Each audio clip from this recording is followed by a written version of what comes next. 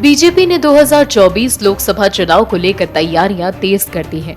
तीसरी बार केंद्र की सत्ता में वापसी करने के लिए बीजेपी ने ऐसा प्लान बनाया है जिसे भेद पाना विपक्ष के लिए लगभग असंभव है। बीजेपी ने अब दक्षिण विजय की तैयारी कर ली है। अमित शाह कर्नाटका के दौरे पर हैं।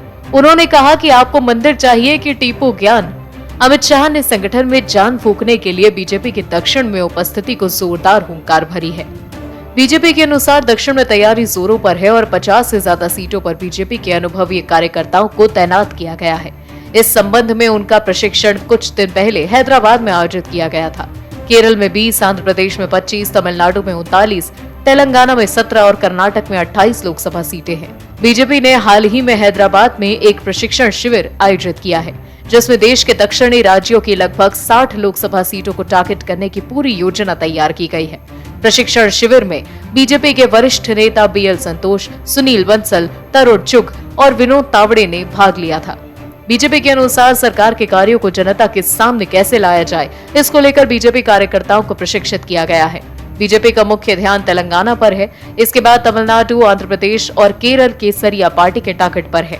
बीजेपी मुख्य रूप से इन राज्यों में काम करेगी, क्योंकि कर्नाटक में पहले से ही बीजेपी की सरकार है। पार्टी कर्नाटक में भी कुछ सीटों को मजबूत करेगी, लेकिन मुख्य ध्यान इन चारों जगहों पर ही रहेगा, जिसके लिए उसने 60 सीटों की पहचान भी की है।